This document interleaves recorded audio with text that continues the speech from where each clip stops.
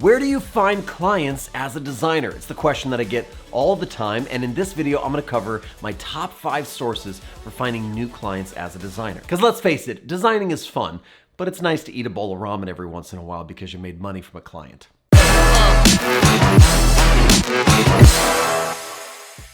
All right, these are the top 5 sources or places that I find new design clientele, starting with number 5, which is the least effective on this list, down to number 1, which is the most effective. So let's start with number 5, and that is Behance. Behance just barely made it onto this list, but the reason it is on my top 5 sources of new clients is because it's linked in to that Behance platform. That job board that you can find there on Behance comes in tandem with your portfolio, your case studies, your possible live streams. Your entire kind of presence can actually do pretty well. It can actually thrive pretty decently on Behance. I know a lot of people that get a lot more incoming traffic or work from Behance, but they put a lot more time and effort into their Behance portfolios and their presence. So I think it's a good platform because it's tied together. Any platform that ties multiple things together, it's not just an isolated job board, but instead has some other things going on with it, I think is a good place. If you are an Adobe subscriber, if you like live streaming,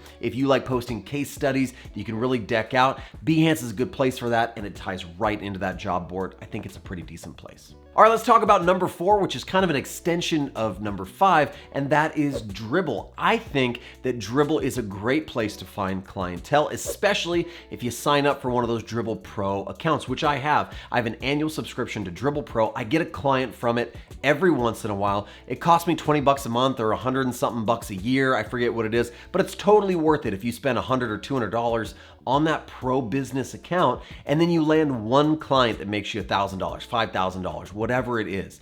It has good filtering options. I find that the people that are looking for, designers and developers on Dribbble are pretty decent. They're vetted well. And again, it's tied into that whole Dribbble network where there's hiring managers and education and blog posts. It's kind of a big central location for a lot of people who are looking for creative talent. You could be that talent. I get a couple of projects from this a year. It definitely helps pay, more than pays for the subscription cost, but it also pays the bills. So Dribble's number 4. I think it's a good place to be. All right, the last two, number 5 and 4, are specific URLs, websites, or memberships that you can sign up for. These are specific online destinations you can go, but the next 3 are not gonna be that. They are less tactical places to go and more strategic things to build in your freelance business. And so number 3 is your referral network. This is the network of people that you know that you refer clientele to and they refer back to you.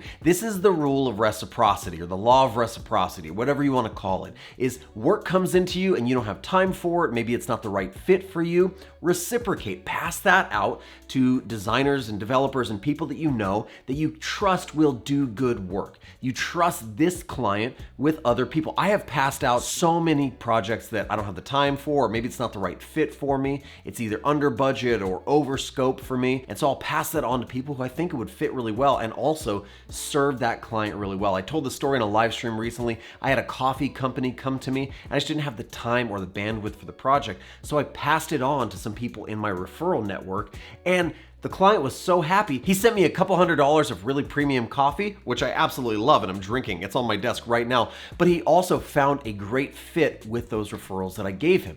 They're happy, I'm happy. Later on, if those referrals or friends of mine in my network find something that doesn't fit them, they're gonna pass it on to me. And so this means if you don't have a network of other creatives that you know and trust and are willing to pass work on to each other, you need to start building that, and you start building that through genuine relationships, actually caring about people, being a good friend, being a good business person, realizing that all boats rise with the tide. And so build that referral network. It's gonna get you a lot of business as the years go by. All right, number 2 on the list is very important, and that is your personal brand and your social media presence. Now, here's what this does not mean: that you will post something on Instagram and guaranteed you'll get work. That's not what we're talking about here. We're talking about building a personal brand, something that establishes you in the market as a trusted, validated source that people can depend on.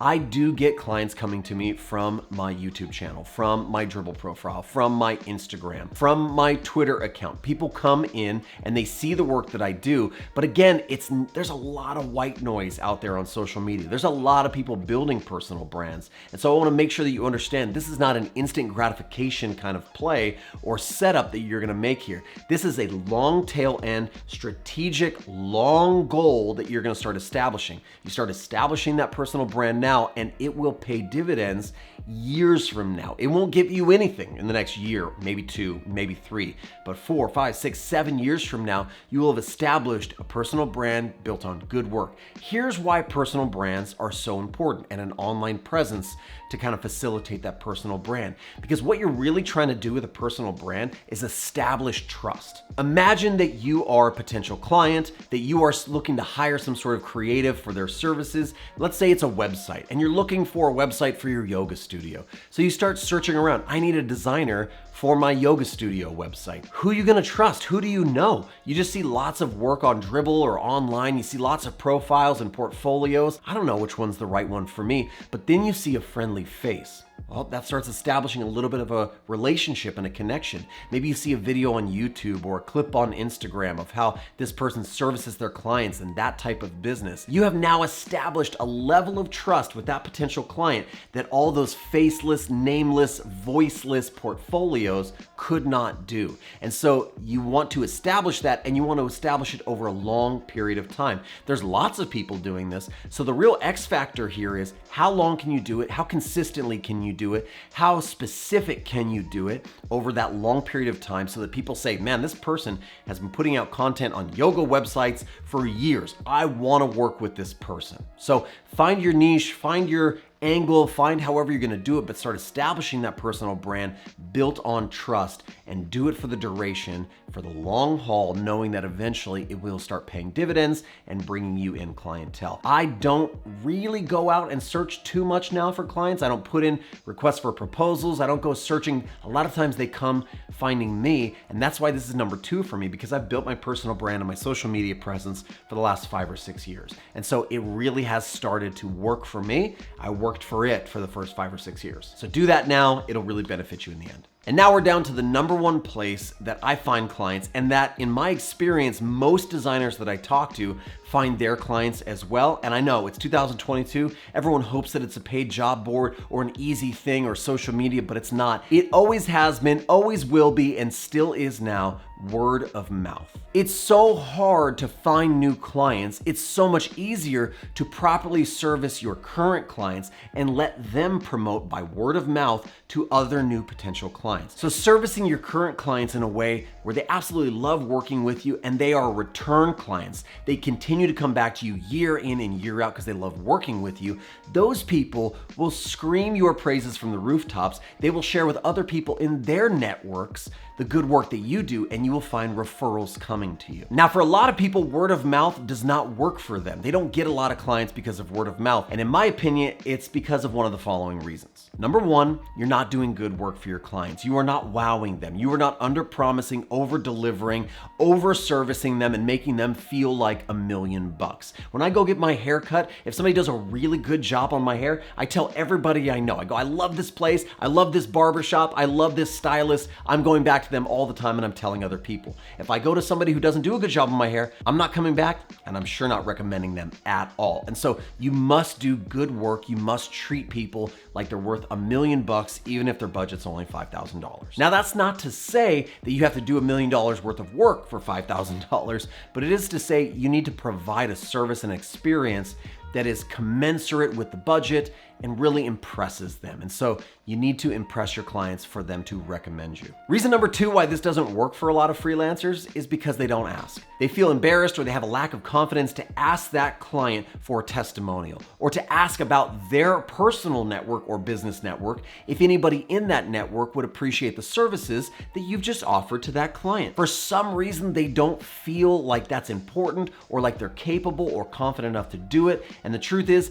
you have to do good work, and if you do good work, you feel confident in asking for a testimonial or referral within their network for that type of work, that level and quality of work that you've just done. So number one, they may not do good work. Number two, they don't feel confident or they feel embarrassed to ask. And the third reason why designers don't get word of mouth clientele is because they don't understand the importance of it, the value of it. They think they need to do one and done, service this client, move on, and instead they need to service that client and continue to service that client and use them as a lead to more clients because trust has been established. You will never ever be able to defeat trust, establish trust with a client with social media or ad buys or any of the other fancy things you want to do. Trust will always be more important and more valuable to you as a designer.